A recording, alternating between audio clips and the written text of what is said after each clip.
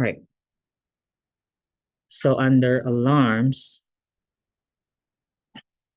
so I'll test you only on what would trigger high pressure and low pressure alarms. So high pressure, keep in mind that the setup is there's a ventilator pushing positive pressure air into a patient's lungs. So of course, if we set it up here on a model, that would mean you have a vent and then you have a balloon, pretty much, right? There's a tube from the vent going into a balloon. The balloon will be your lungs, right? Then you push air and then the balloon or the lungs inflate, deflate. So of course there will be resistance, correct?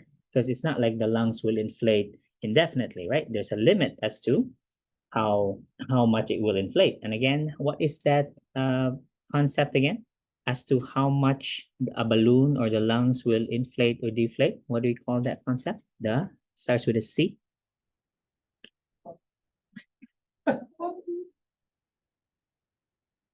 Compliance, yeah. Lung compliance. What is compliance again? Suma. Like the wetness or dryness. Okay, so how compliant is the lung? Is this lung, going to inflate and deflate normally, or is it wet? Like an ARDS lung, very wet, very non-compliant, very hard to inflate, right? And or let's say a COPD lung with lots of damaged alveoli, okay? Hyper inflated lung. So that's a bad lung, right? So the compliance, of course, will determine the inspiratory pressure, correct? So there's a limit as to how much can the ventilator deliver. Remember, we discussed pressure and volume, okay? So when we say a non-compliant lung, a very bad looking lung, how much pressure, because what's the compliance of a bad lung? Decreased compliance. So how much pressure is needed? A lot. And how much volume can we put in it? Okay, you understand the concept. Vice versa, a very compliant lung, okay, a very good lung, how much pressure is needed? How much volume can it accommodate? Okay, so you understand now. So every time you look at a patient on a vent, that's what you think about. What is this patient's lung? Okay, so you look at the diagnosis. All right, ARDS or pneumonia, sepsis. Okay, what's the compliance there? Very bad compliance. So therefore, you can see, you'll understand on the vent why the PIP, why the peak inspiratory pressure is higher, right? And then the volume is lower, right? So it'll make sense, all right? So let's go now to the alarms. So when we say alarms, that means since there's a resistance between the vent and the patient, so what would trigger a high pressure alarm? So as the vent pushes air in, what could, imagine again the machine and a balloon, and then there's a tubing connected there. So what would trigger a high pressure alarm? Fluid in the tubing, in the circuit. What else? Yeah, secretions or fluid. Okay, so let's say there's a kink, right? A kink, or maybe you're stepping on the damn circuit, right? Yeah. So or maybe it's twisted. Yeah, twisted. But let's say there's a big, yeah. So there's a big, because airways can have what we call a mucus plug. A mucus plug is not easy to think of. A mucus plug as a really big booger, right? A big, hard, thick booger. It's not easy to suction, because how will a booger this big go into a small small suction catheter? It's not, right? So those are problems sometimes. So there's a mucus plug, you have to manually get it out, okay? Or sometimes it's not easy, right? But they do some kind of maneuver, or they liquefy it. So you'll see sometimes respiratory therapists will put saline in there while simultaneously suctioning. Okay, so they do that, right? We're not supposed to do that, but I mean, how else are you gonna get that mucus plug? All right. So that's example. Okay, coughing. Yeah, so that would momentarily during the cough, yeah, that would of course trigger alarm. And then after the coughing, okay, it will subside. Okay, because the vent, of course, will cry. Oh, pressure limited. Okay, we can't even push the air, so it will stop though, right? So here are the examples. So there's a coughing, plug airway, asynchrony or desynchrony. Remember with when the patient in what mode again?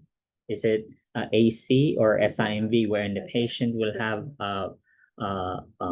patient would tend to fight with the ventilator because remember how does the AC mode work? Assisted control. Right. So if the patient attempts a breath, what will happen? The vent will give the breath. So is that comfortable for a patient who's getting better? No. So they'll fight, right? So that will trigger alarm too. So if you see those alarms getting more and more, just talk to the respiratory therapist or the physician. Hey, I'm getting more high pressure ventilator. Patient looks uncomfortable. And then you report the number of spontaneous breath, and then they'll graduate the patient to SIMV. All right. So we talk about decreased lung compliance, yes, or king tubing or pneumothorax. Remember, this is one of the barotrauma. Remember, yeah, barotrauma meaning the lung couldn't handle the pressure, so it burst. So a few parts of the lung burst, and then now there's a hole. You have a pneumothorax. Oh yeah, that would because that will increase right side workload of the heart, and yeah, that would cause pulmonary hypertension. And then loss of pressure would be the examples we gave were No resistance. right, no resistance. So therefore, maybe the patient pulled the airway. Okay. Maybe he died. He died. Oh yeah, patient's not breathing. Okay. Or there's a hole in your cuff. Okay, the cuff is leaking. All right. So we'll talk about barotrauma. Okay, let's go now to I gave you no, those were low pressure. The last part. Here. This one. Decreased pressure. All right. Okay, so to answer your VAP, it was up here. Okay, chart 19-6. So here are your VAP bundle. First is positioning, because what will this do with secretions, aspiration? Decrease, okay, decrease the likelihood. And then daily sedation vacation. So this is part of spontaneous breathing trial, meaning is the patient ready to be extubated? So you only see this in the ICU, because in ICU, that's where we sedate the patients. Patients who are off ICU but are still in telemetry, for instance, those are stable patients, okay? They are not sedated. Are we clear? Right. Because you can't sedate patients outside of ICU. Okay, that requires really close monitoring. If you're sedating somebody, propofol drip or Presidex, for instance, whatever you're using, that's dangerous. Okay, it requires close monitoring. Because remember, you're sedating somebody, so that's only happening in what? In the OR, right? In outpatient, yeah. So those are sedation areas. Okay, so you can't sedate someone outside of the ICU. Okay, case of emergency, unless during a cold, for instance. Okay, peptic ulcer. Why is this again part of the bundle? Why are we decreasing the acidity? Because can we absolutely prevent aspiration? No, we can't. Yeah, at least when they do aspirate, the secretions are not that acidic, and then that will lessen the likelihood of acute lung injury, which leads to pneumonia or even ARDS. Then DVT prophylaxis, that's part of the bundle, and then the rinses. Okay, I know it says daily, but daily implies it's once a day, right? It is not. I mean, do you brush your teeth once a day? Of course. So yeah, every 2 hours. Okay. So we meet people every 2 hours. Yeah. Care. Yes. So when are we going to? It's it's a endotracheal tube, okay? Because the mouth is open, the tube is coming out. So here, so the mouth stays open. You have to do oral care, right? But if not, Say again. Trach. yeah. I mean, depends. Okay, so if the patient really still has open mouth, then you do oral care twice, every 2 hours. Endotracheal tube. Yeah. Okay. Any questions? So here's the rationale for the DVT.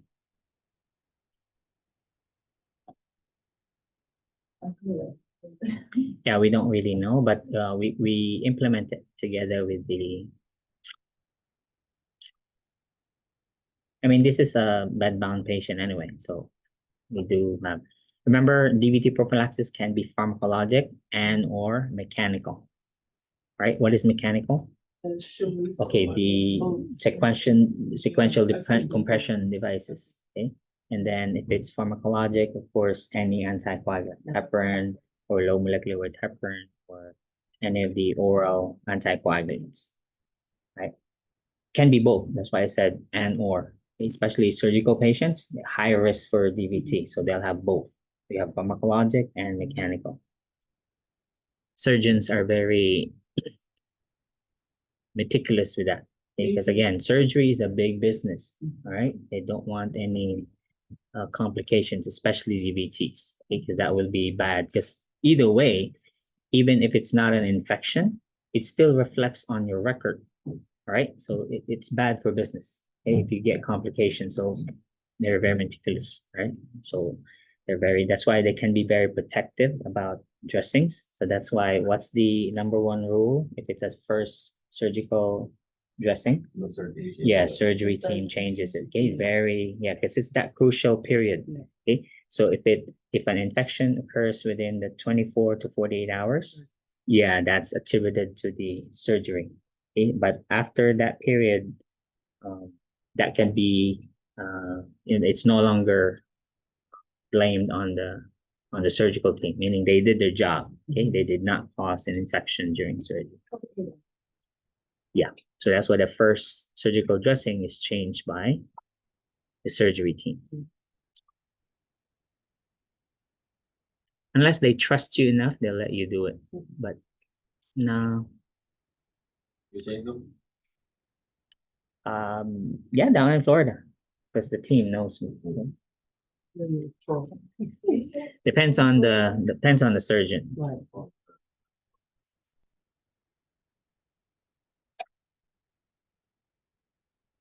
right, that's it. Let's do liver now.